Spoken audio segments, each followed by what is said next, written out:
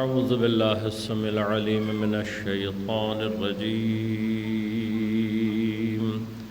بسم الله الرحمن الرحيم.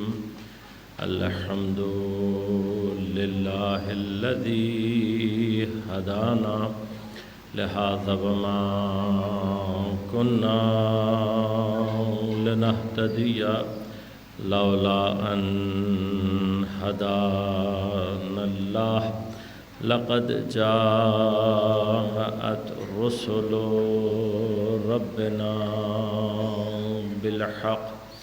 الصلاة والسلام على رسول المسدد المصطفى الأمجد المحمود الأحمد أبي القاسم محمد.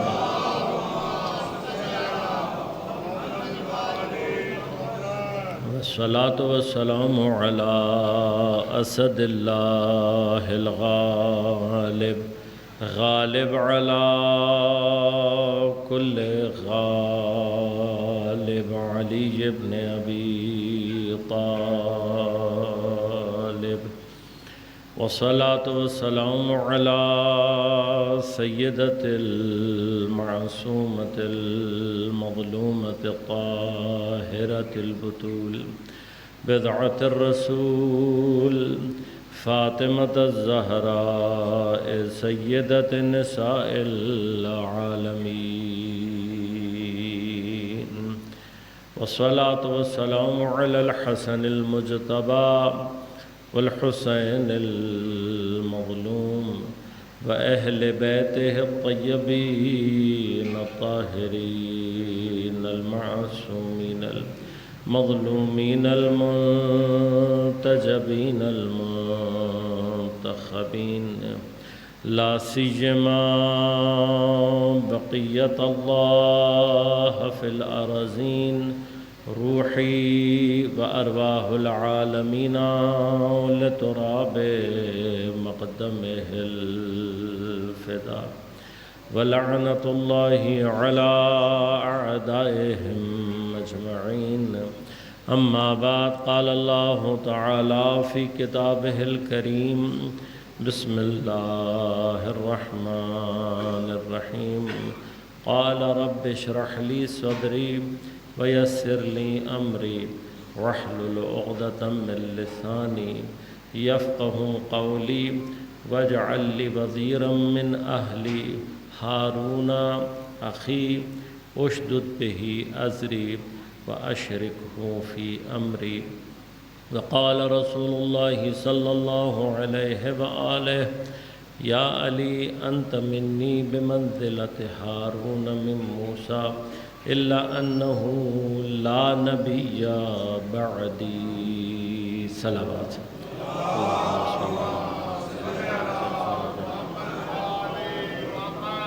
مومنین کرام، سامعین محترم، عزیزان گرام قدر، جیسا کہ آپ مستحضر ہیں، اول مظلوم کائنات حضرت امیر المؤمنین علی بن ابی طالب علیہ السلام کی شہادت کے سلسلے میں برپا کی گئی ان 5 مجالس میں آپ کی خدمت میں نے سورہ مبارکہ طٰہٰ کی 6 آیات کو سرنامہ کلام کے طور پر انتخاب کر کے تلاوت کیا، اور پیغمبر اکرم صلی اللہ علیہ وآلہ وسلم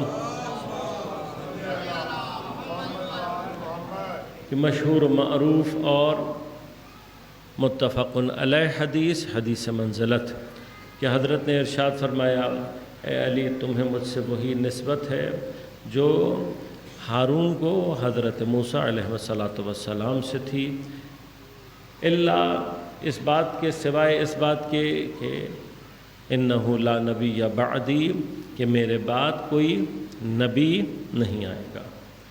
کل بھی میں نے آپ کی خدمت میں عرض کیا تھا کہ یہ حدیث منزلت ایک ہی مرحلے میں ختم نبوت کا اعلان بھی ہے اور آغاز امامت اور ولایت کا بھی اعلان ہے۔ الا انہ لا نبی بعدی، یہ جملہ اپنے اندر کئی قدریں رکھتا ہے۔ ان میں سے ایک قدر یہ بھی ہے کہ یہ جملہ اس بات کا اعلان کر رہا ہے کہ بعد آنے والے شخص میں جس کے لیے یہ بات کہی جا رہی ہے، جس کو یہ نسبتیں دی جا رہی ہیں، ایسا نہیں ہے کہ وہ صلاحیت نبوت نہیں رکھتا۔ ایک جگہ بحث ہے اپنے، مثلا حضرت امیر سے جب یہ کہا جا رہا ہے اور اپنی نسبت اور حضرت موسیٰ اور ہارون کی نسبت کو قائم کیا جا رہا ہے، تو پھر آنے والا جملہ اس کے بعد کہ الا انہ لا نبی بعدی، یہ جملہ اپنے اندر یہ معنی رکھتا ہے کہ نبوت ختم ہو رہی ہے، صلاحیت نبوت ختم نہیں ہو رہی۔ اب نبوت کا ختم ہونا ایک معنی ہے، حضرت میں مثلا اگر جملہ اس سے الگ کر کے بیان کیا جاتا تو یقیناً ایک معنی یہ بھی نکل سکتا تھا کہ شاید حضرت میں یا پیغمبر کے بعد اصلاً صلاحیت نبوت نہیں رہی، اب چونکہ صلاحیت نبوت نہیں ہے لہٰذا نبوت ختم ہو رہی ہے، نہیں، الا انہ لا نبی بعدی معنی صرف یہ دے رہا ہے کہ سلسلہ نبوت کو اللہ تبارک و تعالی ختم کر رہا ہے۔ کل بھی میں نے آپ کی خدمت میں اشارہ کیا تھا کہ وحی کا جو تصور قرآن دیتا ہے وہ اس بات سے بہت زیادہ وسیع ہے کہ اسے منحصر کیا جائے صرف پیغام رسانی میں۔ ایک یہ جو عام طور پہ تصور ہے کہ وحی کے معنی کو یہ کہا جاتا ہے کہ یا وحی سے مراد یہ لی جاتی ہے کہ وحی صرف اور صرف ابلاغ پیغام پروردگار، نہیں، قرآن کریم نے مختلف انداز سے استعمال کیا۔ وحی کا لفظ لغوی معنی میں بھی استعمال ہوا ہے اور اصطلاحی معنی میں بھی استعمال ہوا ہے۔ لغوی معنوں میں وہاں استعمال ہوا ہے کہ جہاں پروردگار عالم شیاطین کے بارے میں فرماتا ہے یوحون بعضهم الی بعض، ان میں سے بعض کی طرف وحی کرتے ہیں۔ اب وہ پوری اپنی جگہ الگ بحث ہے، شیطانی نظام، شیطان کتنے طرح کے ہوتے ہیں، شیطان ہوتا کیا ہے، اپنی جگہ پوری بحث ہے کہ جو بالآخر گفتگو چاہتی ہے۔ لیکن یہاں پر جب شیاطین کی نسبت کہاں ہے تو یوحون سے مراد، وحی سے مراد اس کے لغوی معنی ہے، یعنی ایک چھپا ہوا پنہان ایسا پیغام کہ جو عام طور پر انسان اسے ڈیٹیکٹ نہ کر سکے، انسان کے ادراک اور شعور کے دائرے میں نہ آ سکے، یا چھپا ہوا پیغام وحی سے مرادی ہے۔ لیکن اس کے علاوہ اللہ تبارک و تعالیٰ نے اصطلاحاً وہ وحی کہ جو ارتباط ہے خالق اور مخلوق کے درمیان، جب اس وحی کی بات کی ہے اللہ تبارک و تعالیٰ نے تو پھر انبیاء پر مختلف طریقوں سے وحی کے مختلف انداز کے علاوہ ایک سب سے پست ترین درجہ وہ ہے کہ جہاں پروردگار عالم شہد کی مکھی کے لیے ارشاد فرماتا ہے وَأَوْحَى رَبُّكَ إِلَى النَّحْلِ، تیرے پروردگار نے شہد کی مکھی پر وحی کی۔ اب یہاں پر اس وحی سے کیا مراد ہے، وحی کی کیا کیفیت ہے، یہ اپنی جگہ مباحث ہیں۔ اسی طرح سے غیر نبی کے اوپر وحی کے حوالے سے ہمارے ہاں بعض ہمارے برادران کے اندر سینسٹیونیس پائی جاتی ہے کہ جب غیر نبی سے متعلق وحی کی بات کی جائے تو وہ تھوڑا سا پریشانی کا شکار ہو جاتے ہیں، جبکہ قرآن نے بہت واضح طور پر پہلے مرحلے پر حضرت موسیٰ کی والدہ کی نسبت فرمایا کہ ہم نے حضرت موسیٰ کی والدہ کے اوپر وحی کی۔ اسی طرح سے کل میں نے اشارہ کیا تھا حضرت مریم سلام اللہ علیہا کے بارے میں اس سے بھی زیادہ صراحت کے ساتھ فرمایا ہے اذ قالت الملائکہ یا مریم، کہ جس وقت ملائکہ نے حضرت مریم کو مخاطب کیا ہے، ملائکہ کی حضرت مریم سلام اللہ علیہا سے گفتگو یہ وحی اصطلاحی کا وہ واضح ترین مقام ہے کہ جس کو کوئی انکار نہیں کر سکتا۔ بس تعجب صرف یہ ہوتا ہے، کل بھی میں نے اشارہ کیا تھا کہ حضرت مریم اپنے زمانے کی سیدہ ہو کر اگر فرشتہ ان سے بات کرے تو کسی کو پریشانی نہیں ہوتی، لیکن جو حضرت مریم کی بھی سیدہ ہے اگر فرشتہ آ کر پیغمبر کے بعد اس سے گفتگو کرے تو پھر امت میں پریشانی پیدا ہو جاتی ہے۔ بس یہ مرحلہ صرف بغض کا مرحلہ ہے، ورنہ قرآن نے بہت واضح طور پر اہل بیت اطہار کے ان فضیلت کے مقامات کو ثابت کیا ہوا ہے۔ لہذا عزیزان من، وحی کا جو دائرہ ہے وہ اس سے زیادہ وسیع ہے، اور وحی کا جیسے میں نے کل بھی اشارہ کیا تھا آپ کی خدمت میں، انشاءاللہ کبھی فرصت رہی اور خود فلسفہ وحی پر بحث کی تو پھر تفصیل سے عرض کروں گا کہ عالم ملک اور ملکوت کے درمیان میں رابطہ وحی کے ذریعے سے ہے۔ اس رابطے کے لیے ضروری ہے کہ پھر ایسے افراد رہنے چاہیے کہ جو صلاحیت دریافت وحی رکھتے ہوں، ایسے افراد ہونے چاہیے کہ جن کے پاس یہ صلاحیت ہو کہ وہ خدا کے ساتھ اس کنیکٹیوٹی، اس ارتباط کو حاصل کر سکتے ہوں تاکہ یہ نظام باقی رہے۔ لہٰذا اب یہ حدیث منزلت پیغمبر کے بعد اسی سلسلے کو جاری کرنے کی طرف اشارہ ہے کہ یا علی تمہیں مجھ سے وہی نسبت ہے، یعنی میرے بعد یہ سلسلہ وہی ختم نہیں ہو رہا، ہدایت کا سلسلہ ختم نہیں ہو رہا، بس یہ ہے کہ اللہ تبارک و تعالی اس کے بعد نبوت کے سلسلے کو آگے نہیں بڑھانا چاہتا۔ بس حضرت میں صلاحیت نبوت ہے، لیکن ضرورت نبوت ختم ہو جائے تو پھر نبی کی ضرورت باقی نہیں رہ جاتی۔ حضرت امیر علیہ السلام کے بارے میں اب کوئی یہ نہیں کہہ سکتا کہ حضرت کے اندر صلاحیت نبوت نہیں تھی، لہذا ضرورت نبوت ختم ہوئی ہے۔ اب اس کو سمجھنے کے لیے یہ مرحلہ ہے، جب تک ہمیں یہ مرحلہ سمجھ میں نہیں آئے گا، حتیٰ خود حدیث منزلت میں جو پیغمبر فرما رہے ہیں وہ مقامات بھی درک کرنا ہمارے لیے نسبتاً مشکل ہو جائے گا۔ لیکن جب انسان کو یہ بات سمجھ میں آ جاتی ہے کہ مثلا نبوت کو ایک مقام پر پہنچا کر ختم کر دینا کیوں ضروری ہے، تو پھر اس کے بعد کے سوالات خود بخود انسان کے لیے واضح اور آشکار ہو جاتے ہیں۔ لہذا کل میں نے آپ کی خدمت میں 2 باتیں عرض کی تھیں کہ 2 سوال ہیں۔ پہلا سوال یہ ہے کہ اگر، اور ہے اس میں کوئی اگر سے مراد بحث نہیں ہے کوئی، کہ پیغمبر اکرم صلی اللہ علیہ وآلہ وسلم حضرت حتماً سید المرسلین، افضل الانبیاء، کوئی شک نہیں اس میں، تو کیا حضرت کی یہ فضیلت اس بات کا تقاضا نہیں کرتی کہ آپ کو پہلا نبی بنا کر بھیجا جاتا اور پھر باقی سارے انبیاء جتنے بھی آتے وہ آپ کے امتی بھی کہلاتے، وہ آپ ہی کے پیغام کو آگے بڑھاتے، وہ آپ ہی کے سلسلے کو جاری رکھتے؟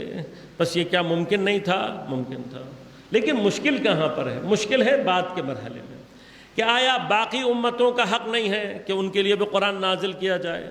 کیا باقی امتوں کا حق نہیں ہے کہ دین مبین اسلام اپنی کامل شکل میں ان کے لیے نازل کیا جائے؟ تو میں پہلے اس جواب کو حل کروں گا اور پھر ہم آئیں گے اس طرف کہ کسی مقام پر آ کر پھر نبوت کو جب ایک دفعہ سلسلہ چل گیا اور ضرورت اس بات کی ہے کہ یہ نبوت کا سلسلہ ہدایت کے لیے جاری رہے، تو اب جیسے جیسے انسانوں کی تعداد بڑھتی جا رہی ہے اصولی اعتبار سے ہادی کی ضرورت اور زیادہ بڑھتی جا رہی ہے۔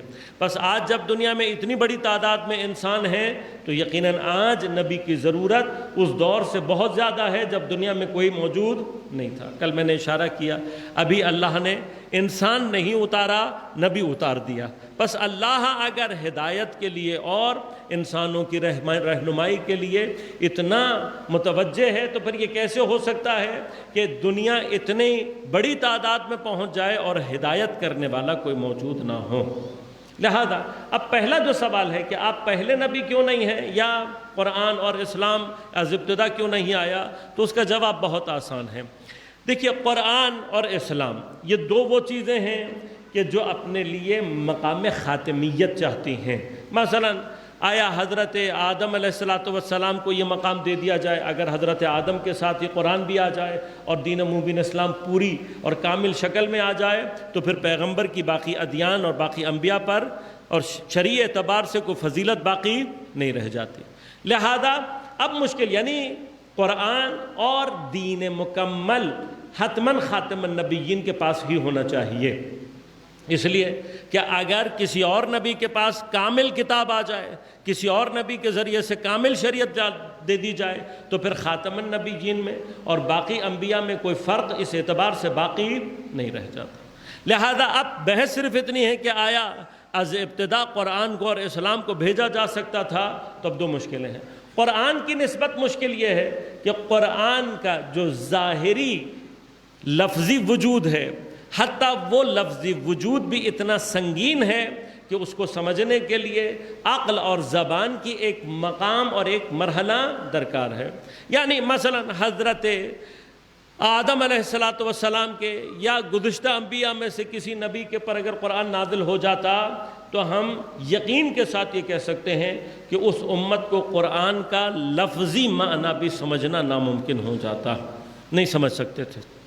ظاہری الفاظ کے اعتبار سے بھی حقیقت قرآنیہ میں ابھی بحث نہیں کر رہا۔ پچھلی دفعہ میں نے بحث کی تھی، مطالب انشاءاللہ آپ کے ذہن میں ہوں گے کہ قرآن کا جو اصلی وجود ہے وہ اس کا وجود نورانی ہے۔ خود اس وجود نورانی کو زمین پر آنے کے لیے جس مقام کی ضرورت ہے وہ مقام قلب خاتمیت ہے، یعنی جب تک قلب خاتمیت زمین پر ظہور نہیں کرتا، قرآن اپنی نورانیت کے ساتھ زمین پر نازل ہونے کی صلاحیت پیدا نہیں کر سکتا۔ لہٰذا خود یہ بات ذہن میں رکھیے گا، اگر قرآن اپنے نزول کے لیے قلب مصطفیٰ چاہتا ہے تو پھر زمین پر باقی رہنے کے لیے قیامت تک بھی ایسے ہی قلب چاہتا ہوگا جو اپنے مرتبے میں قلب مصطفیٰ کے برابر ہوں۔ لہذا قیامت تک یہ سلسلہ اس کیفیت کے ساتھ باقی ہے۔ لہذا یہ جو افراد ہیں محمد و آل محمد علیہ السلام، آل محمد میں پیغمبر کے یہ برحق جانشین، یہ کلنا محمد اسی اعتبار سے ہیں کہ جو صلاحیت قلب مصطفیٰ میں ہے وہی صلاحیت ان جانشین مصطفیٰ کے قلوب میں ہے۔ یہ وہ قلب ہیں کہ جو زمین پر قرآن کو حفظ کرتے ہیں اور قرآن کو محفوظ رکھے ہوئے ہیں۔ لہذا اب قرآن کے لیے عقلی اور ادبی اور علمی اعتبار سے ایک خاص مقام چاہیے، یعنی خود زبان بھی اپنے آپ کو ڈیولپ کر کے اس مرتبے میں لے کر آئے کہ جہاں پر زبان کی یہ صلاحیت کے اندر پیدا ہو کہ پھر اس زبان کے اندر قرآن کو نازل کیا جائے۔ لہذا قرآن کے اعتبار سے، شریعت کے اعتبار سے بھی اگر شریعت اپنے تمام تر اس نظام کے ساتھ نازل ہو جاتی تو ابتدائی دور کے جو افراد ہیں ان کو بعض مسائل شرعیہ کبھی سمجھ میں ہی نہیں آتے۔ مثلا ایک چھوٹا سا مسئلہ ہے ملکیت کا۔ یہ جو ملکیت کا تصور ہے، یہ جو اب وراثت کا تصور ہے، ان میں سے اور بہت سارے تصورات ایسے ہیں جن کا تعلق موجودہ دور سے ہے۔ اب حضرت آدم کے دور میں، حضرت نوح کے دور میں، حضرت ابراہیم کے دور میں ابتدائی بہت سارے ادوار کے اندر اصلاً ملکیت معنی نہیں رکھتی تھی۔ اتنی بڑی اللہ کی زمین ہے، اس میں ملکیت کوئی معنی پیدا کرتی ہی نہیں تھی، کوئی معنی ہی نہیں تھا ملکیت کا کہ یہ تصور کیا جائے یہ میری زمین وہ تیری زمین۔ لہذا اب بہت سارے کمپلیکس مسائل ایسے ہیں کہ اگر یہ پہلے ہی نازل کر دیے جاتے تو گزشتہ ان تمام امتوں کے لیے ان مسائل کی نسبت یہ دین اور یہ شریعت دونوں ہی بے معنی ہوتا۔ لہذا ضروری تھا کہ انسان سوشلی بھی اتنا ڈیولپ کر لے کہ اس کے اندر ان تمام معاملات کو درک کرنے کی صلاحیت پیدا ہو جائے۔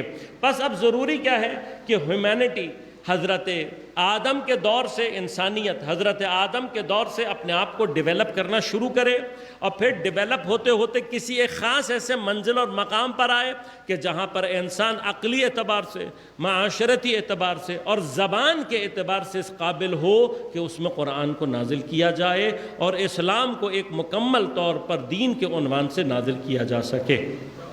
یہ ہو گیا مرحلہ پہلا۔ لہذا آپ غور کیجئے گا، اللہ تبارک و تعالی نے حضرت ابراہیم کی اولاد سے، کبھی سوچیں اس بات پر کہ یہ والے معاملات بھی اللہ تبارک و تعالی یقیناً بغیر مصلحت کے نہیں ہیں، خدا کچھ تو چاہ رہا ہے، اب پلاننگ خدا کی کیا ہے یہ خدا بہتر جانتا ہے، لیکن آثار ظاہر ہونے کے بعد اس کو درک کرنا آسان ہو جاتا ہے۔ حضرت ابراہیم کا اصل موطن جہاں پر حضرت ابراہیم مثلاً پیدا ہوئے اس کے اندر ابحاث ہیں، علماء کے درمیان میں اختلاف ہے۔ بعض کہتے ہیں کہ یہ علاقہ بابل کا عراق کے پاس تھا اور بعد میں آپ اس علاقے سے نکل کر ہٹ کر کے جس علاقے میں گئے وہ کنعان کا، جو کہ موجودہ فلسطین کا علاقہ بنتا ہے، اس ایریا میں حضرت پہلے گئے۔ یہاں جانے کے بعد کچھ عرصے یہاں رہتے رہے، آبادی شہر حضرت کا یا جو بھی مکان اور موطن تھا وہ یہی جگہ تھی، لیکن ایک خاص سفر پہ اللہ تبارک و تعالیٰ نے حضرت کو حکم دیا اور آپ اپنی زوجہ حضرت ہاجرہ کو لے کر وہاں سے سفر کر کے آئے ہیں مکہ کی سرزمین پر۔ اور مکہ کی سرزمین کے بارے میں آپ جانتے ہیں قرآن نے اشارہ بھی فرمایا ہے کہ یہ جگہ جہاں حضرت ابراہیم اپنی زوجہ کو لے کر آئے ہیں وہ جگہ کیا ہے؟ فی واد غیر ذی زرع، ایک ایسی وادی کہ جس کے اندر صلاحیت زراعت نہیں ہے۔ ایک وادی ہے جس کو اگر کہا جائے غیر زرع، غیر زرع یعنی ایک ایسی زمین کہ جس کے اوپر کلٹیویشن نہ ہوئی بھی ہو لیکن صلاحیت رکھتی ہو، کاشت نہیں ہوئی، قابل کاشت ہے لیکن ابھی اس کے اوپر کوئی چیز کاشت نہیں کی گئی۔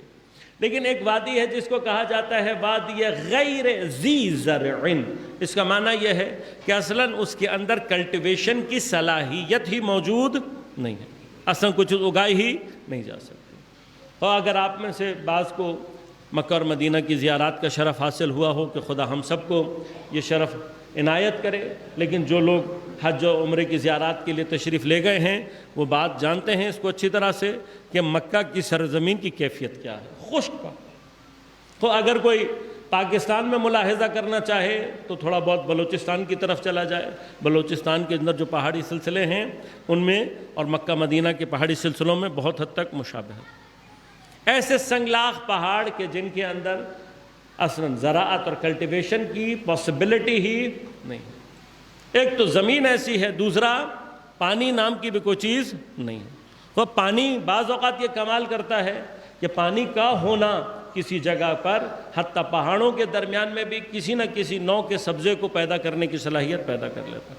لیکن یہ وادی غیر ذی زرع کا لفظ حتیٰ پانی کو بھی ڈینائی کرتا ہے، یعنی ایسی وادی تھی کہ جس میں پانی کا بھی کوئی وجود نہیں تھا۔ حضرت ابراہیم اپنی زوجہ کو اور اپنے چھوٹے سے بیٹے کو لا کر اس وادی میں چھوڑ کر چلے جاتے ہیں۔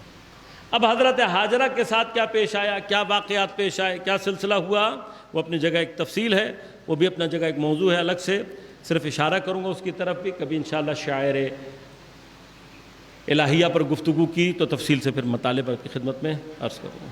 لیکن حضرت ہاجرہ کا واقعہ جتنا بھی پیش آیا ہے، اشارتاً صرف یہ عرض کروں گا کہ آج اگر ہم بھی اپنے اعتبار سے یہ جاننا چاہیں کہ ہماری ڈیوائن ڈیوٹی کیا ہے، ہماری الہی ذمہ داری کیا ہے، یہ ایک عام اور کامن مسئلہ ہے۔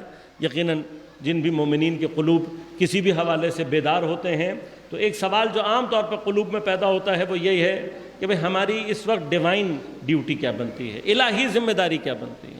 آج کل کے دور میں ابھی جو حالات چل رہے ہیں تقریباً ہر قلب میں یہ سوال پیدا ہوتا ہے کہ ان حالات کے درمیان میں کیا کر سکتا ہوں، میری کیا ذمہ داری بنتی ہے، مجھے کیا کرنا چاہیے۔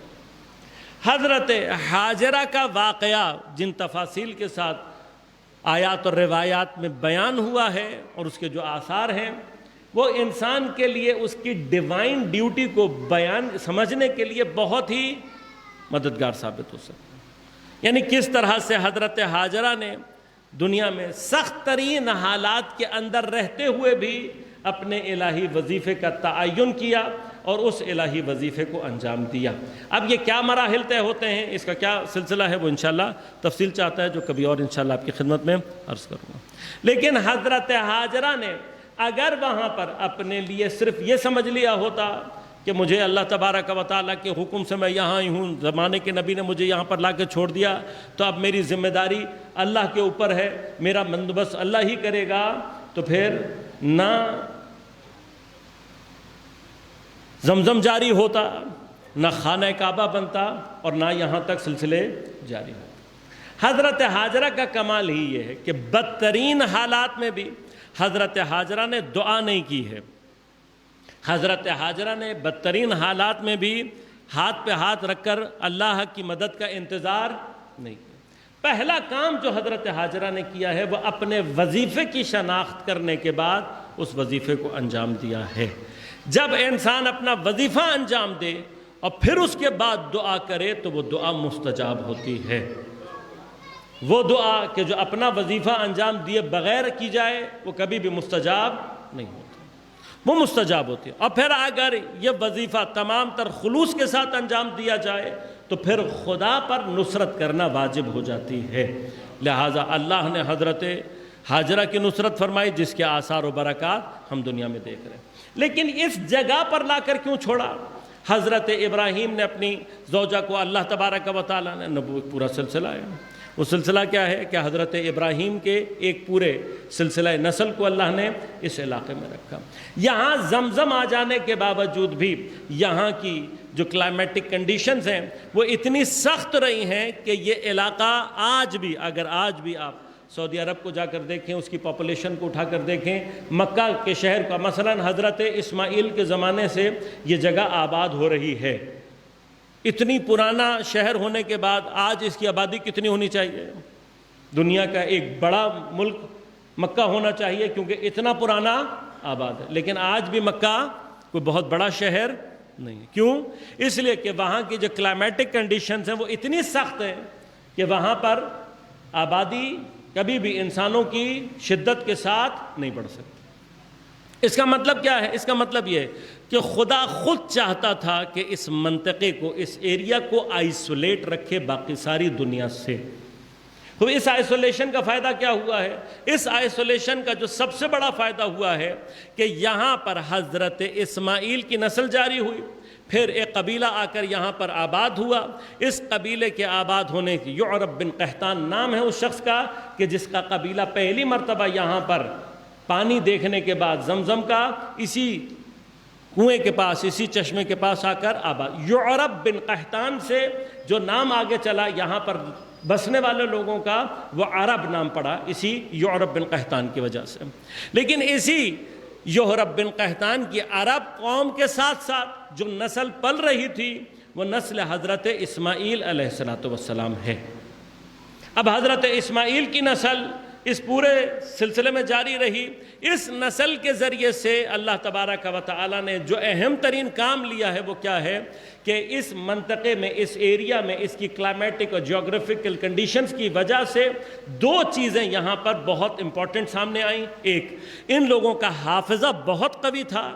دو، ان لوگوں کی لینگویج نے جس طرح سے اپنے آپ کو ڈیولپ کیا، پوری دنیا میں کوئی اور لینگویج اتنی زبردست طریقے سے ڈیولپ نہیں ہو سکی۔ اور یہ لینگویج ڈیولپ ہو کر جب اپنے سب سے کلائمیکس پر پہنچی ہے، عروج کے مقام پر پہنچی ہے، یہ وہ زمانہ تھا کہ جب پیغمبر اکرم مبعوث ہوئے ہیں اور قرآن ان کے درمیان میں نازل ہوا ہے۔ لہٰذا اب قرآن کریم نازل ہونے کے بعد اس منطقے میں یعنی کیا، انہوں نے، اللہ نے اس زبان، اس ایریا کو آئسولیٹ رکھا، لہٰذا یہ دنیا کی تقریباً تمام سیولائزیشن سے کبھی بھی ارتباط میں اس طریقے سے نہیں آئے۔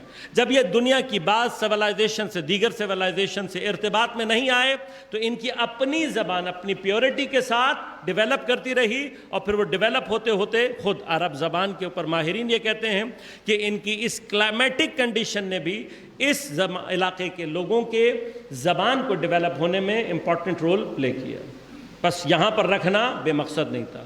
زمین سخت تھی، حالات سخت تھے، لیکن اللہ تبارک و تعالی بعض اوقات کمالات کو انہی سختیوں کے درمیان سے نکالتا ہے۔ لہذا ہم جو عام طور پر سختیوں سے گھبراتے ہیں، پریشانیوں سے گھبراتے ہیں، یہ یاد رکھیے گا اس دنیا میں اللہ تبارک و تعالیٰ کا اصول یہ ہے کہ اللہ نے جو بھی کمالات اور فضائل رکھے ہیں وہ سختی سے گزر کر حاصل ہونے والے ہیں۔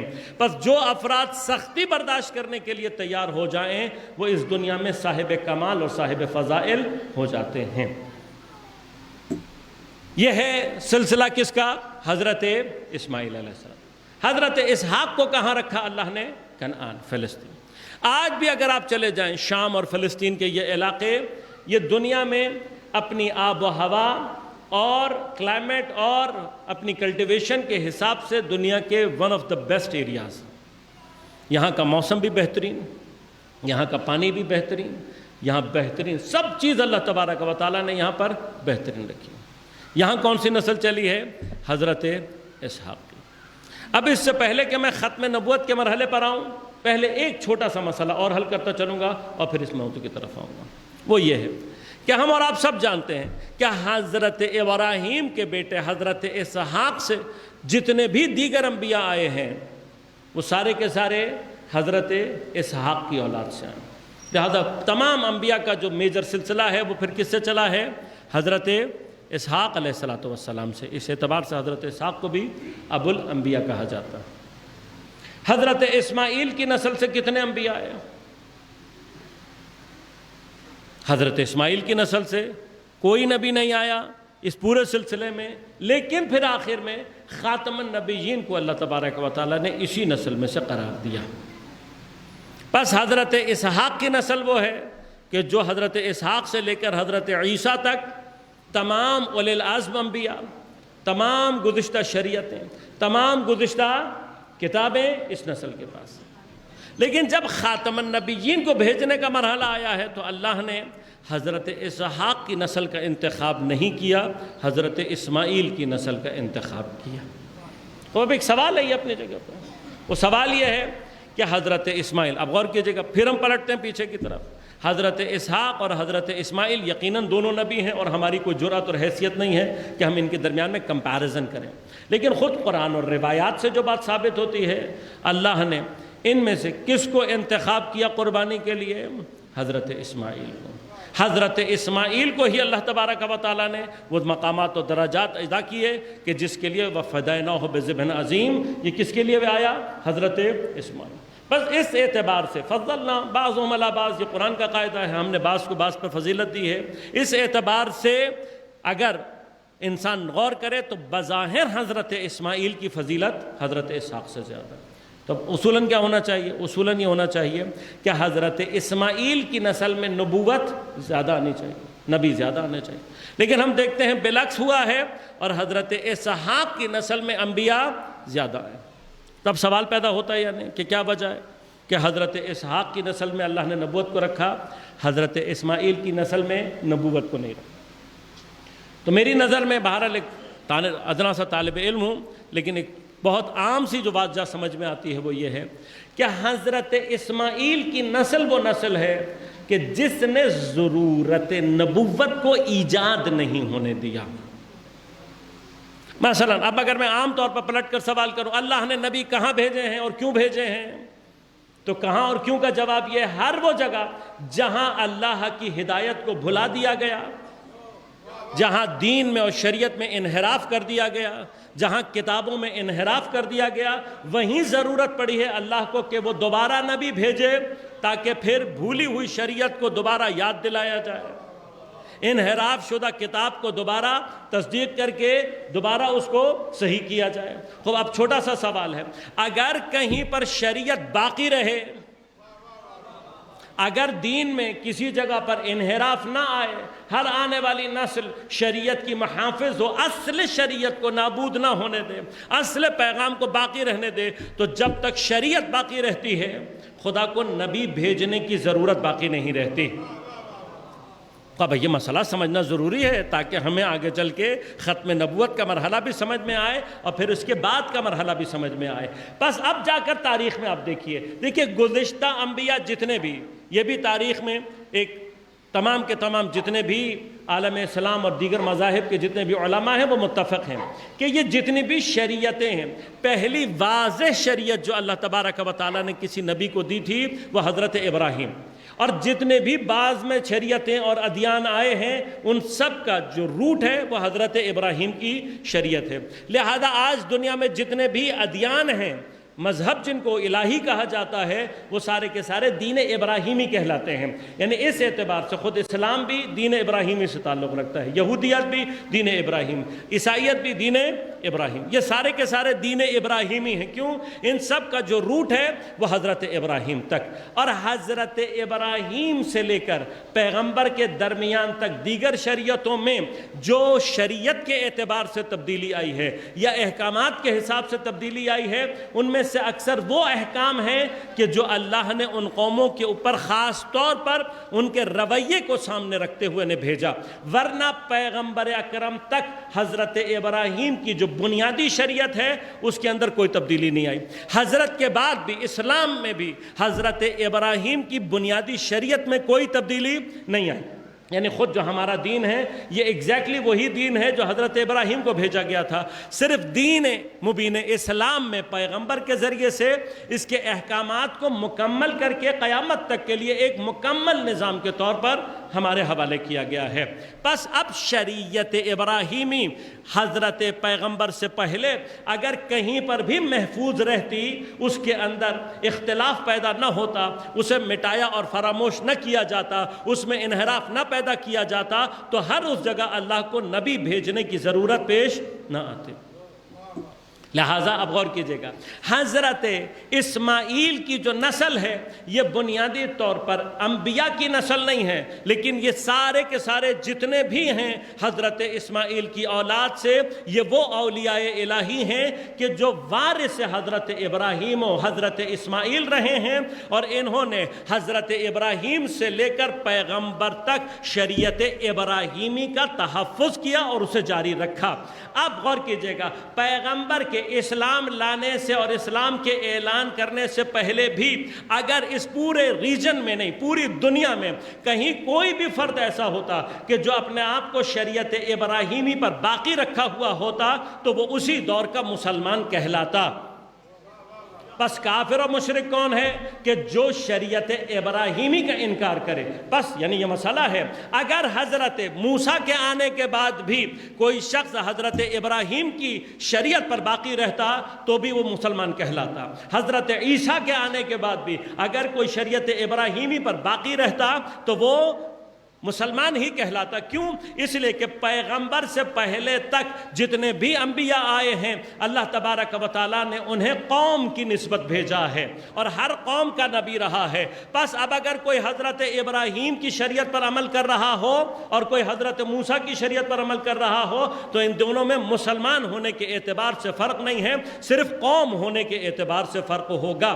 لہٰذا اب جو کوئی بھی کسی مسلمان کو کافر کہے، پیغمبر کی حدیث یہ ہے کہ وہ خود کافر ہو جاتا ہے۔ بس تاریخ ثابت کر رہی ہے کہ پیغمبر کے اجداد حضرت ابو طالب علیہ السلام تک شریعت ابراہیمی کے مسلمان رہے ہیں۔ اب جو انہیں کافر کہے وہ خود کافر ہو جاتا ہے۔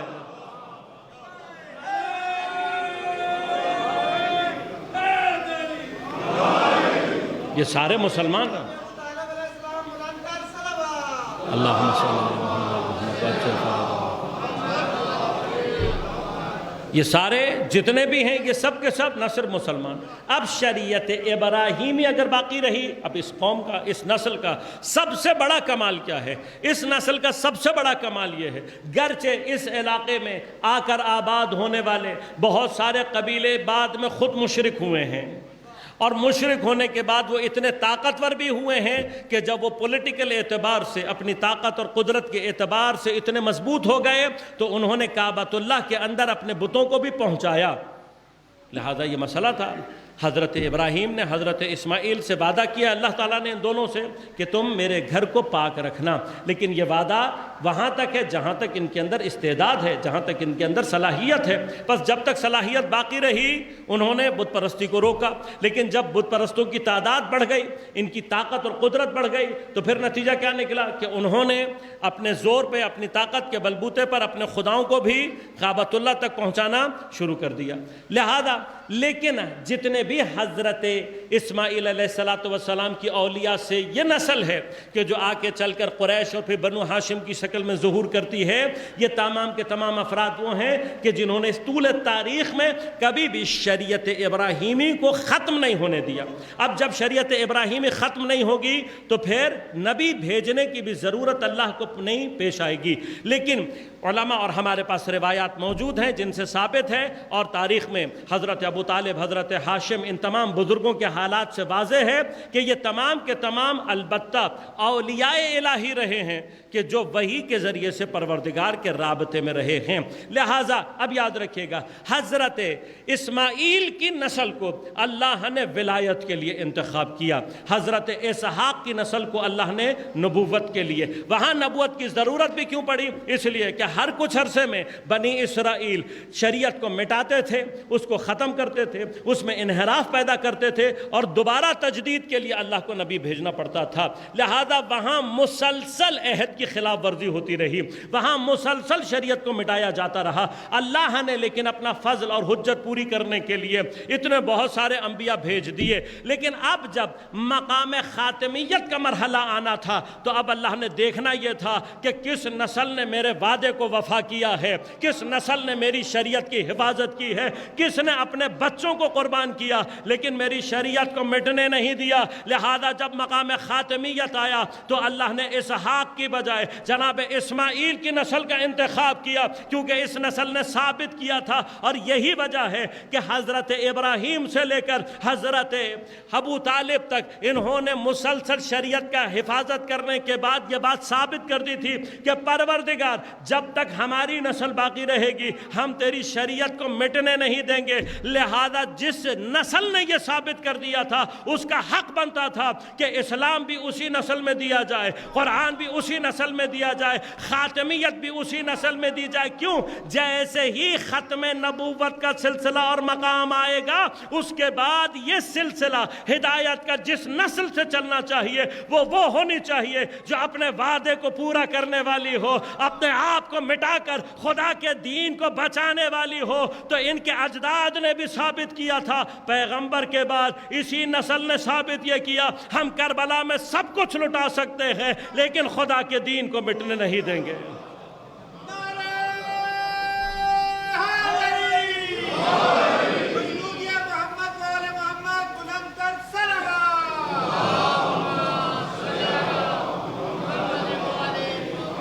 یہ نسل اسماعیل کی قربانیوں کا نتیجہ ہے۔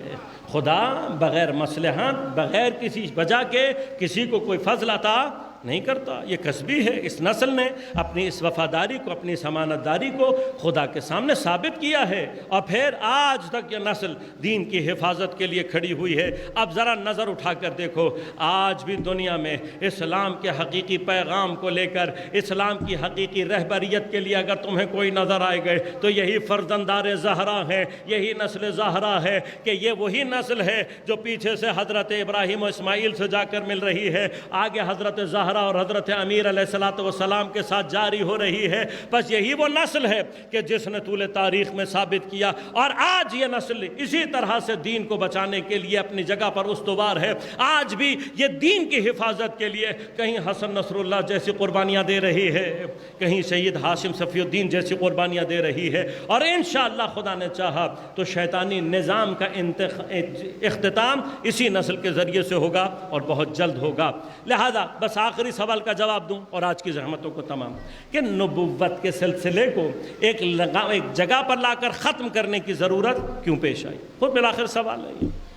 اس کا جواب بھی بہت آسان ہے اگر ذرا سی انسان غور کرے۔ اگر اللہ تبارک و تعالیٰ چاہتا اس کے لیے مسئلہ نہیں ہے، جو 1,24,000 انبیاء بھیج سکتا ہے، جو اس کے بعد بھی معصومین کے سلسلے کو جاری رکھ سکتا ہے، پروردگار اگر چاہتا قیامت تک یہ سلسلہ باقی رہتا۔ لیکن اگر قیامت تک مسلسل سلسلہ اسی طرح جاری رہتا کہ ہر دور میں اللہ کی طرف سے حالات اور واقعات کے تحت احکام آتے رہتے، وہ بتاتے رہتے، معاملات چلتے رہتے، تو ایک اشکال پھر بھی باقی رہ جاتا۔ وہ کیا کہ پھر اشکال کرنے والا یہ کہہ سکتا تھا اس کا مطلب یہ ہے کہ اللہ بھی انسانوں کے لیے کوئی جامع اور کامل نظام نہیں بنا سکتا۔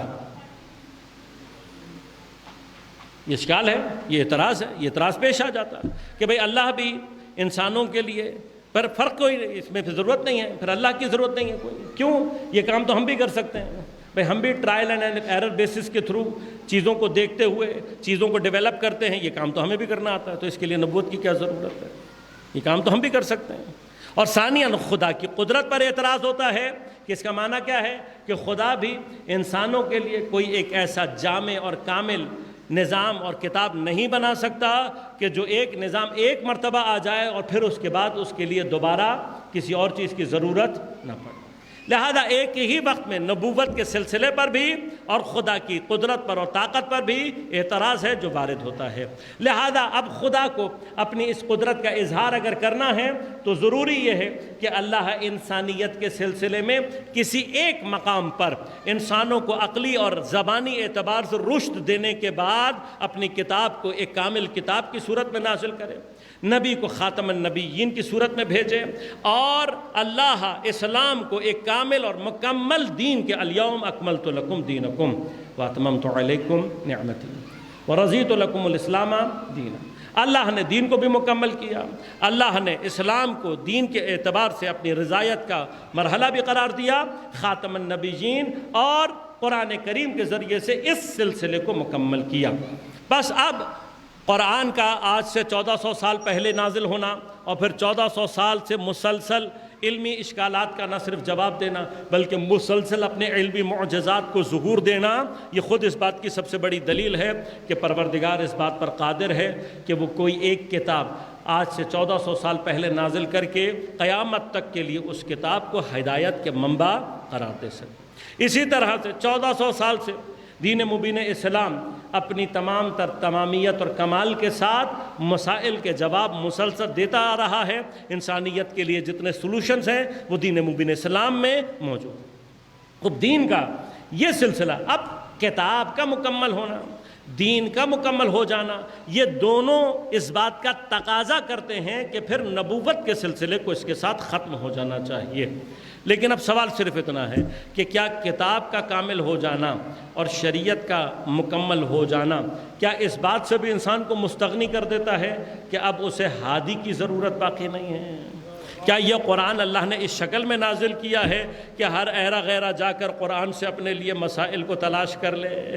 کیا یہ دین مبین اسلام اللہ نے ایک کامل نظام تو بنا کر بھیجا ہے، لیکن کیا اس کو بالکل یتیموں کی طرح سے چھوڑ دیا ہے کہ جو بھی آئے اور آ کر اس میں تصرف کرے اور اپنی مرضی کے معنی لے لے؟ نہیں، نظام مکمل ہے، کتاب مکمل ہے، اب وحی رسالی نہیں آئے گی، اب کوئی نیا حکم نہیں آئے گا، اب کوئی نئی آیت نازل نہیں ہوگی، لیکن خود اس قرآن کے کمالات کو ظہور دینے کے لیے ضرورت ہے کہ جس کے اوپر یہ قرآن نازل کیا گیا جو اس کے اندر صلاحیت ہے، اس کے بعد کے افراد کے اندر وہ صلاحیت رہنی چاہیے تاکہ وہ اس کتاب سے ویسے ہی استفادہ کر سکیں جیسا ہم نے نبی کے اوپر نازل کیا اور نبی سے استفادہ کرتا رہا۔ اسی طرح سے دین مبین اسلام کے احکامات کامل ہیں، لیکن ان تمام کامل احکامات کو پوری طرح سے اجرا کرنے کے ساتھ ساتھ ہر مقام پر دین مبین اسلام کے کسی بھی حکم کے ساتھ اس بات کا اطمینان قلبی ہونا کہ جو ہم کہہ رہے ہیں یہی خدا چاہتا ہے۔ اس مقام تک پہنچنے کے لیے لہذا یاد رکھیے گا کہ تقریباً جو ضرورت ختم نبوت کی ہے وہی اندازاً تقریباً ضرورت قرار پاتی ہے غیبت امام زمان عجل اللہ تعالیٰ فرجہ شریف کی۔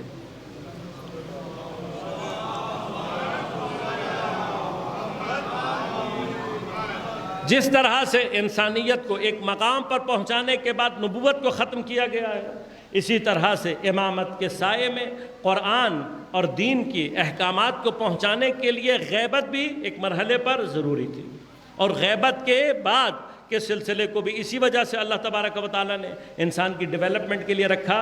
لیکن یاد رکھیے گا کہ نہ نبوت کے اختتام کے بعد انسان ہدایت سے مستغنی ہے اور نہ غیبت کے بعد انسان امام سے مستغنی ہے۔ ہم 1200 سال میں غیبت میں ہم نے قرآن اور احادیث اور ائمہ کی تعلیمات کے ذریعے سے اپنے آپ کو باقی رکھا ہوا ہے، دین کی شکل کو تبدیل ہونے نہیں دیا۔ لہٰذا ہم بہت افتخار کے ساتھ یہ کہہ سکتے ہیں کہ مذہب اثنا عشری شیعہ یہ وہ واحد مکتب ہے کہ جس کے آج تک کے جو احکامات ہیں وہ بلا کسی تبدیلی کے 1400 سال سے ایز اٹ از چلے آ رہے ہیں۔ ہماری 1400 سال پہلے وہی نماز تھی جو پیغمبر نے پڑھی، وہی نماز تھی جو ائمہ نے پڑھی، اور وہی نماز ہے جو ہم پڑھ رہے ہیں۔ ہمارے روزے کے احکام پیغمبر سے لے کر آج تک وہی ہیں۔ ہمارے تمام احکام، اللہ کا شکر ہے، ہم پورے قلب کی قوت سے کہہ سکتے ہیں کہ ہمارے ہر حکم فقہی کی جڑ پیغمبر اکرم صلی اللہ علیہ وآلہ وسلم تک پہنچتی ہے۔ اب یہ امامت اور امامت کے بعد فقاہت کا سلسلہ ہے کہ جس نے دین کو اس شکل کے ساتھ باقی رکھا ہوا ہے، لیکن فقاہت کسی بھی جگہ پر ہمیں امامت اور رہنمائی سے امام کی مستغنی نہیں کرتی۔ وہ پھر انشاءاللہ ایک الگ بحث ہے کہ جو اگر خدا نے توفیق دی کبھی خلافت الہیہ پر بحث کی تو پھر تفصیل سے آپ کی خدمت میں عرض کروں گا کہ خلافت اللہ سے مراد کیا ہے، کیا کیا مقامات خلافت اللہ ہی ہیں، اور پھر اسی کے اندر خود مقام فقاہت اور ولایت فقیہ کیا مرتبہ رکھتی ہے اسی خلافت الہیہ کے سلسلے کو انجام دینے میں۔ ہم آستانہ شب اول قدر میں بھی ہیں، پہلی شب قدر۔ چند ایک جملے عرض کروں گا۔ قلوب کو آمادہ رکھیں، اس وقت سے لے کر اپنے آپ کو آمادہ کریں۔ یہ تمام کے تمام احکامات کہ اول شب میں غسل کرنا اور پھر وہ جو اعمال بیان کیے گئے ہیں یہ سارے کے سارے مقدمات ہیں۔ اصل جو چیز اللہ تبارک و تعالیٰ شب قدر میں چاہتا وما ادراک ما لیلۃ القدر، ادراک لیلۃ القدری، بس یاد رکھیے گا کہ ان شبوں میں آنکھ کی بیداری اشارہ ہے قلب کی بیداری کے لیے۔ اللہ ہمیں جگانا نہیں چاہتا آنکھ کے اعتبار سے، فزیکل اعتبار سے۔ اس بیداری سے اصل جو بیداری مراد ہے وہ قلب کی بیداری، قلب بیدار ہونا چاہیے۔ اس لیے کہ لیلۃ القدر کو سوائے قلب کے کسی اور چیز سے درک کیا ہی نہیں جا سکتا۔ اب مقام ادراک لیلۃ القدری اور میرے قلب کی بیداری کے درمیان میں جو ذات وسیلہ ہے اسے صاحب امر کہتے ہیں۔ لہذا آج کی شب میں جتنا ہم صاحب امر کی طرف متوجہ ہوں گے اتنی آسانی سے ہم لیلۃ القدر کے منازل کو طے کر سکتے ہیں۔ قلب کی بیداری اور قلب کا تحرک اپنے آپ کو ظہور دیتا ہے آنکھ میں اشک کے ذریعے سے، یعنی اگر قلب بیدار ہو، قلب متوجہ ہو۔ میرے استاد فرمایا کرتے تھے کہ جب بھی کبھی زیارت پر جاؤ کسی معصوم کے تو بے دھڑک مت جایا کرو۔ تو ہمارے بعض ساتھیوں نے کہا کہ استاد وہ اذن دخول پڑھ کر جاتے ہیں، کہا نہیں، حتیٰ یہ اذن دخول بھی گویا بے دھڑک جانا ہے۔ کہا تم نے پڑھ لیا، یہ کیوں تصور کیا کہ تمہیں جواب بھی آ گیا؟ یہ دخول تو تم نے پڑھا ہے، جواب آیا یا نہیں آیا اس کی کیا گارنٹی ہے؟ تو ہم نے پوچھا استاد آپ بتائیے۔ کہا کہ اذن دخول پڑھنے کے بعد دروازے پہ کھڑے ہو جاؤ اور اپنے قلب کو صاحب قبر، صاحب مزار، صاحب روضہ کی طرف متوجہ کر کے اتنا توسل کرو کہ یہاں تک کہ تمہاری آنکھ سے اشک جاری ہو۔ فرماتے تھے یہ آنکھ سے اشک کا جاری ہونا وہاں سے جواب کا اثر ہوتا ہے۔ یہ خدا کا لطف ہے کہ اس نے اس شب میں ہماری آنکھوں سے اشک کو جاری کرنے کے لیے ان شبوں کو حضرت امیر کے ساتھ ایسے جوڑ دیا ہے کہ ان شبوں میں اگر اب ہم ذرا سا عزیزان من، آج جو دنیا میں اس وقت حالات پیش آ رہے ہیں یہ حالات بھی اگر ہم غور کریں خود ہمیں حضرت امیر کی مظلومیت سے نزدیک لے جانے کے لیے۔ خدا کی قسم اگر حضرت امیر کا یہ حق غصب نہ ہوتا اور حضرت کو وہ حکومت الہیہ قائم کرنے دی جاتی جس کی بنا پیغمبر نے رکھی تھی اور جس سلسلے کو آئمہ نے بڑھانا تھا، آج غزہ اور فلسطین کے بچے اتنی بے دردی کے ساتھ مارے نہ جاتے۔ 6 مہینے سے پارا چنار میں محاصرہ چل رہا ہے، شام میں ابھی آپ نے دیکھا، یہ جتنے بھی آثار ہیں یہ سارے کا سارا ریشہ ایک ہی ہے۔ خدا نے اگر توفیق دی انشاءاللہ کل میں بعض مطالب آپ کی خدمت میں عرض کروں گا کہ یہ حتیٰ آج بھی جو آپ دیکھ رہے ہیں یہ ایک ہی جنگ ہے، اس میں نام اور شکلیں تبدیل ہوئی ہیں لیکن نسلیں وہی چلی آ رہی ہیں۔ ایک وہ کہ جو انبیاء اور ائمہ اور معصومین کا سلسلہ ہے، اور ایک وہ سلسلہ ہے کہ جو ہمیشہ طول تاریخ میں ان کے قاتل رہے ہیں، انبیاء کے قاتل، ائمہ کے قاتل۔ یہ ایک ہی نسل ہے، اس نے صرف اپنا چہرہ اور اپنے نام تبدیل کیے۔ کل اشارہ کروں گا انشاءاللہ بعض مطالب کی طرف۔ لہذا آج بھی جو ہو رہا ہے یہ بنیادی طور پر وہی ہیں، اور جتنا کچھ بھی ہے یہ سارے کا سارا انتظام علی کے آخری بیٹے کے راستے کو روکنے کے لیے ہے۔ یہ آج بھی اسی طرح سے جیسے پیغمبر کی ولادت کے وقت پر انہوں نے مکہ میں بچے تلاش کر کے مارنا شروع کیے تھے کہ شاید اس بہانے ہم آخری نبی کے آنے کو روک دیں، اسی طرح سے آج بھی یہ نسلوں کو قتل کر رہے ہیں۔ اصل ان کا ہدف حضرت امام زمان عجل اللہ تعالیٰ فرجہ شریف کے ظہور کا راستہ روکنا۔ لہذا آج شب کی دعاؤں میں خصوصاً امام کے زمان اور زمانے کے مظلومین کو ہرگز فراموش نہ کیجیے گا۔ ان مظلوموں کے حق میں دعا کرنا ہی ہمارے قلب کو زمانے کے امام سے خود بخود متصل کرتا ہے۔ لیکن عملی طور پر اگر ہم کچھ بھی انجام دے سکتے ہیں، کوئی بھی کام انجام دے سکتے ہیں، تو یاد رکھیے گا کہ یہ عمل خاص طور پر ہمیں ہمارے زمانے کے امام سے متصل کرتا ہے۔ حضرت امیر، کل بھی میں نے عرض کیا تھا کہ اس ضربت سے حضرت کی مظلومیت کا آغاز نہیں ہوا۔ یہ ضربت جو حضرت کو 19ویں رمضان کی صبح سر پر وارد ہوئی ہے، اس نے تو گویا حضرت کی مشکلات اور مصائب کو اپنے اختتام پر پہنچایا ہے۔ یہ آخری ضرورت ہے۔ حضرت امیر کی مشکلات کا آغاز پیغمبر کی شہادت کے بعد سے ہوا ہے، اور مدینہ میں علی پیغمبر کے جانے کے بعد مدینہ میں اس قدر مظلوم ہو گئے ہیں کہ اب حضرت امیر کا مقام یہ ہے کہ جناب فضہ آ کر جناب سیدہ کو بتا رہی ہیں، کہا بی بی اب تو مدینہ کے لوگ حضرت کو سلام بھی نہیں کرتے۔ یہ علی کی مظلومیت ہے۔ یہ تمام مقامات دین کی بنیاد ہونے کے باوجود علی اس قدر مظلوم ہیں کہ اب پیغمبر کے بعد مدینہ میں کوئی علی کو سلام کرنے والا نہیں۔ جناب فضہ کے اس بتانے کے بعد جناب سیدہ نے انتظار کیا، حضرت امیر جب گھر آئے مناسب موقع دیکھ کر حضرت کے پاس بیٹھیں، کہا ابو الحسن کچھ پوچھنا چاہتے ہوں؟ اب پوچھو نبی کی بیٹی۔ کہا میں نے سنا ہے کہ مدینہ کے لوگ اب آپ کو سلام نہیں کرتے۔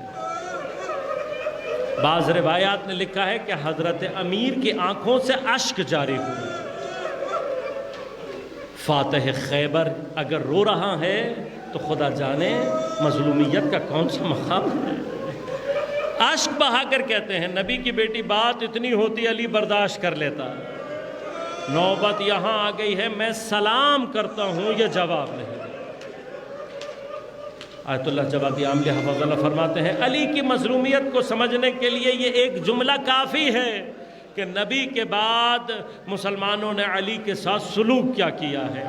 اس قدر تنہا ہو گئے حضرت امیر کہ اب کیفیات یہ ہیں، لیکن یہی تنہائی باعث بنی ہے کہ پھر وہ وقت بھی آیا کہ جب علی کے سامنے علی کے گھر کے دروازے کو آگ لگائی، علی کے سامنے جناب زہرا پر جسارت کی گئی، علی کے سامنے علی کا بیٹا جناب محسن شہید ہوئے ہیں ساقط ہو کر۔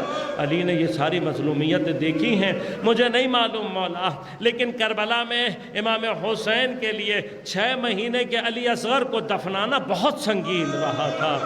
میں ایک دفعہ پلٹ کر کہوں گا مولا یہ بیٹا تو آپ کے ہاتھوں پر موجود تھا، خدا جانے علی نے اپنے محسن کو کیسے دفنایا ہوگا، کس قوت کے ساتھ دفنایا ہوگا، کس کیفیت کے ساتھ دفنایا ہوگا۔ لہذا علی کی مظلومیت ارے اسی دور میں ہے، اور یہ علی کی مظلومیت اپنے عروج پر اس وقت پہنچی ہے جب علی کے دوسرے مضبوط ساتھی جناب زہرا نے علی کا ساتھ چھوڑ دیا۔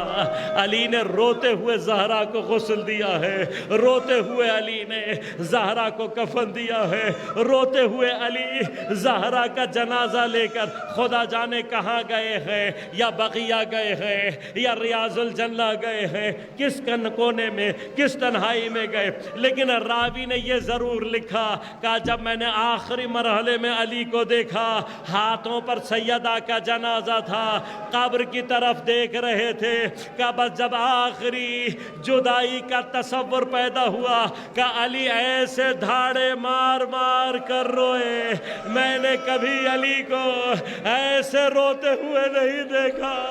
ارے زہرا سے جدائی علی پر بڑی سنگین تھی، علی کی مظلومیت آج نظر آ رہی ہے۔ ارے اتنی شدت سے علی نے گریہ کیا کہ قبر سے ہاتھ برآمد ہوئے، علی نے ہاتھوں کو دیکھا، ایک مرتبہ سلام کر کے کہا السلام علیکہ یا رسول اللہ، یا رسول اللہ۔ علی امانت واپس کرنے آیا ہے، لیکن علی کی مظلومیت یہ ہے جب امانت لی تھی تو سالم تھی، آج لوٹانے آیا ہے تو جگہ جگہ سے ٹوٹی ہوئی ہے۔ یا رسول اللہ آپ کی بیٹی صابرہ بہت تھی، علی کو نہیں بتایا۔ یا رسول اللہ آپ کی بیٹی آپ کے پاس آ رہی ہے، خود اپنی بیٹی سے پوچھ لینا امت نے زہرا کے ساتھ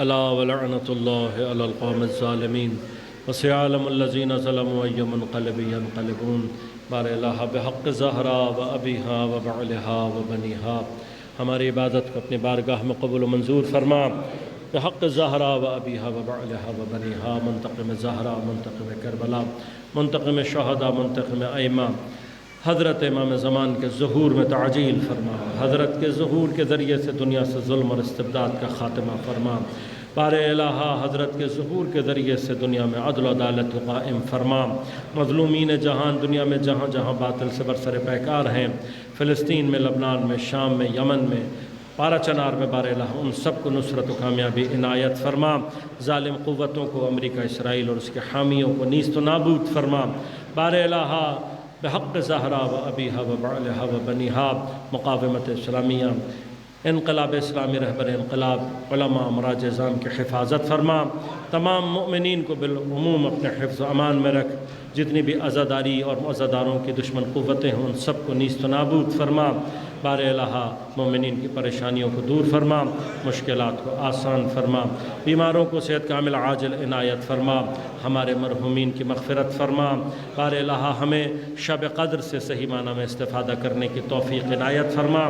آج کی شب مقدرات کی شب ہے، اس شب میں پوری کوشش کے ساتھ اس کو غیر اہم قرار نہ دیں، آج کی شب کو تمام اعمال انجام دینے کے ساتھ ساتھ آج کی شب میں بیداری کے علاوہ عزاداری سید الشہداء اور بالخصوص امام زمانہ جل اللہ تعالیٰ فرجہ شریف سے اپنے قلب کو متصل کیجیے گا۔ پروردگار سے دعا کرتے ہیں کہ ہمیں لیلۃ القدر کی جتنی بھی آثار و برکات ہیں ان کو حاصل کرنے کی توفیق عنایت فرما، امام زمان عجل اللہ تعالیٰ فرجہ شریف کے ظہور میں تعجیل فرما، ہم سب کو امام کے اعوان و انصار میں شمار ہونے کی توفیق عنایت فرما۔